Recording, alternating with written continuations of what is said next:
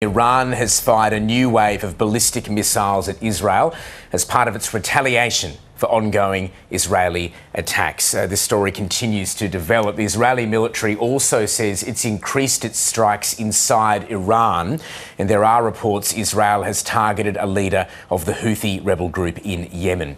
Inside Iran, gas production at the world's biggest gas field was suspended after an Israeli strike caused a fire there.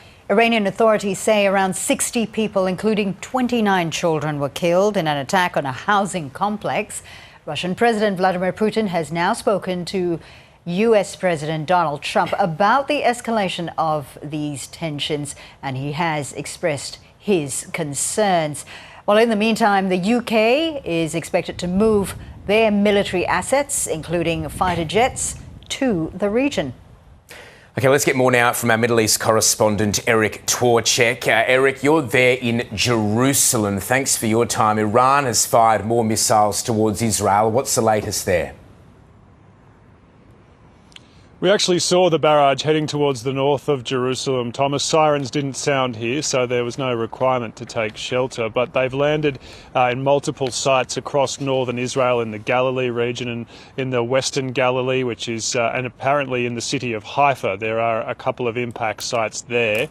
We know in the town of Tamra, which is a Palestinian-Israeli town in the north, that there has been at least 2 deaths. A residential building was reportedly hit and has collapsed. There are emergency crews there.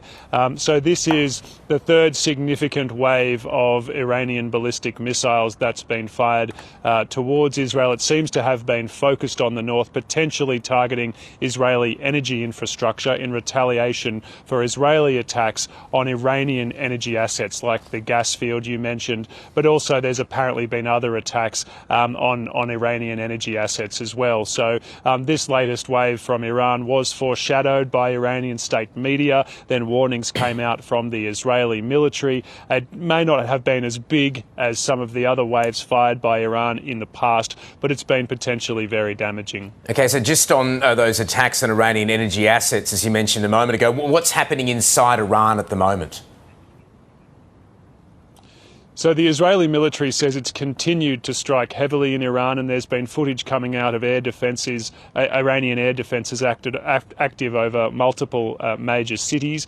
There's also reports of more strikes in the capital, Tehran, and the Israeli Air Force says it targeted a major missile base, a significant missile base inside Iran, as well as missile launches. And what Israel's been trying to do is really weaken the Iranian capability to launch big waves of ballistic missiles, which was the main fear about the Iranian response. But notably, the attacks on energy assets, they're very different to these attacks on nuclear facilities. They're being framed here in Israel as a threat to the Iranian government. You mentioned the South Pars gas facility, but also there's been attacks reported on fuel depots, which would definitely seek to pressure the Iranian government. Fuel prices are one of the main pressure points on the population and one of the main sort of issues of tension inside Iran, which is struggling economically. But this might not be the end either. The Israeli Prime Minister Benjamin Netanyahu has flagged that there might be more attacks to come.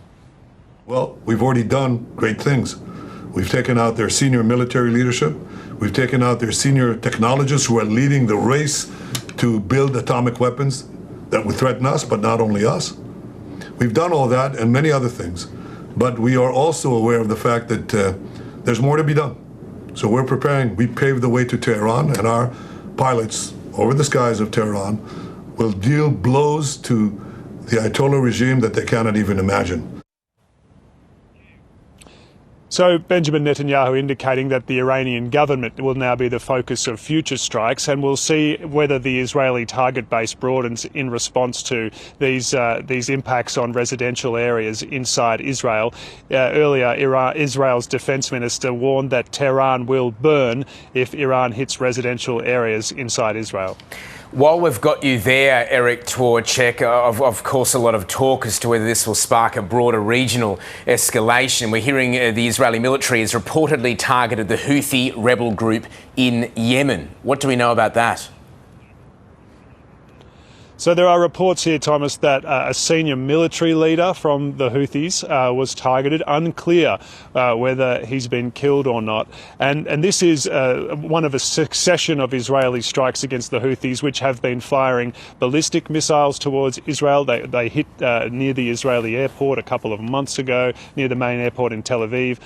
They've also been attacking shipping in the Red Sea for many months, as we know, causing chaos to global freight and oil movements. So Israel has been hitting the Houthis. They struck the airport in the capital, Sana'a, twice. They hit power plants around Sana'a. They've also hit a number of ports in Yemen, including the critically important Hodeidah port. So now it looks like they're escalating their assault on the Houthis to include senior Houthi personnel. And part of that could be an attempt to prevent a coordinated retaliation by Iran. The Houthis have ballistic missile capability. It's thought that Iran could use them in coordination with the other proxy groups it supports, like the Shia militias in Iraq and Hezbollah in Lebanon, as part of a coordinated retaliation. Perhaps this is an attempt to weaken the Houthis and prevent that from happening.